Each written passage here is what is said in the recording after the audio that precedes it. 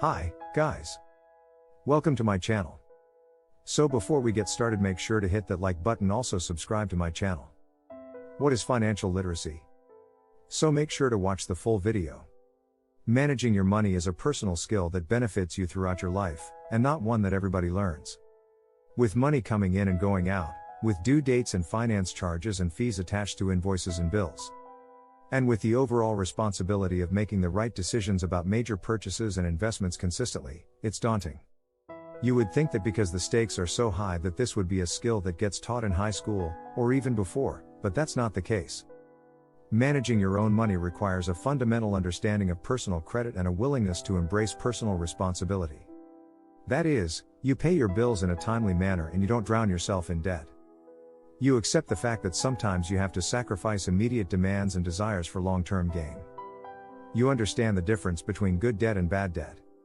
And you constantly pay attention to your overall portfolio, earnings, savings and investments. You also understand what you don't know, and you ask for help when you need it. To be financially literate means having the ability to not let money, or the lack of it, get in the way of your happiness as you work hard and build an American dream complete with a long and fulfilling retirement. How to manage your money. Handling your finances the right way should be a priority, and it should drive your daily spending and saving decisions. Personal finance experts advise taking the time to learn the basics. From how to manage a checking or debit account to how to pay your bills on time and build from there. Managing your money demands constant attention to your spending and to your accounts and not living beyond your financial means. Money in the bank. Developing financial acumen starts with opening a bank account. Once you have a paycheck, set up direct deposit. This keeps your money secure and saves you from paying interest to cash advance companies which charge a percentage of your check. Having a bank account provides convenience, access to a choice of benefits and safety. Checks and debit cards offer proof of payment. So you have a record of transactions showing where your money goes. The FDIC insures money in a savings account for up to $250,000. There are a number of options for the type of primary account for saving your paychecks. Most people choose a checking, debit or savings account or combination of those. These enable you to set up automatic payments for monthly bills and offer the ease of not having to carry cash around. Each option comes with certain benefits and disadvantages. Evaluate the various overdraft, monthly, withdrawal and other maintenance fees accompanying account options. Experts recommend you have a savings account which you can use for handling unexpected financial expenses and emergencies, such as a broken arm, flat tire or hike in school tuition. Choosing to only open a checking or savings account can be a poor choice, as having the two types of accounts separate helps distinguish between money available for immediate spending and reserves intended to be kept for the long term. Keeping all your money in a checking account means your savings are easily accessible and available to spend. You will miss out on interest generated by a savings account. With money in an account, you can start spending. This is where you need discretion. Learn to differentiate between necessities and luxuries. For example, you need to pay for your yearly dental cleaning, but you want to afford the salon appointment. Take advantage of mobile banking to get updates on how much you are spending and how much remains in your account. The best way to leverage the cash you have in your bank account will be to start budgeting immediately. Budgeting. One of the first building blocks of a successful personal finance plan is the ability to budget. Although it's easy to understand, it's also difficult to do because it requires a hard look in the mirror and a willingness to see what really stares back at you. Budgeting requires that you analyze and, likely, change your spending habits. Instead of your money controlling you, you control your money. Develop habits to save, avoid financial crisis and maintain peace of mind. Credit or debit?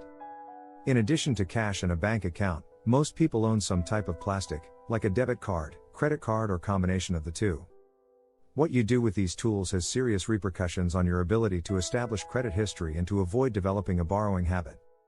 Conservative financial experts recommend either having only a debit card or having both, with the credit card reserved for occasional major payments and then immediately paid off.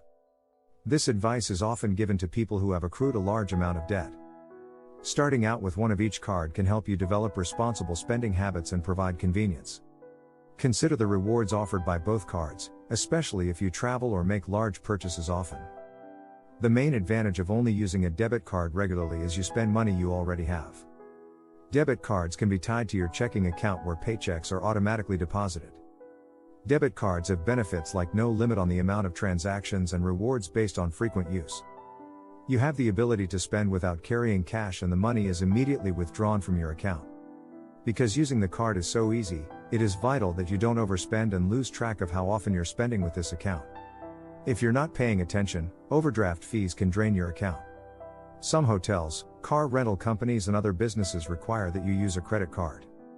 Getting an account designed for occasional use can be a wise decision.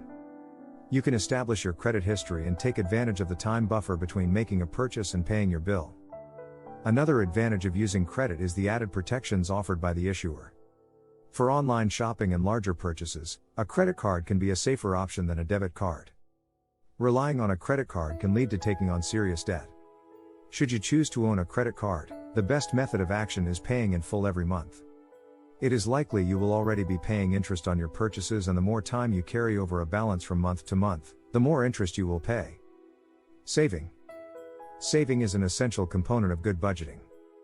Using a savings account allows you to prevent emergencies from draining the money you need for monthly bills and slowly build a reserve for making large future purchases.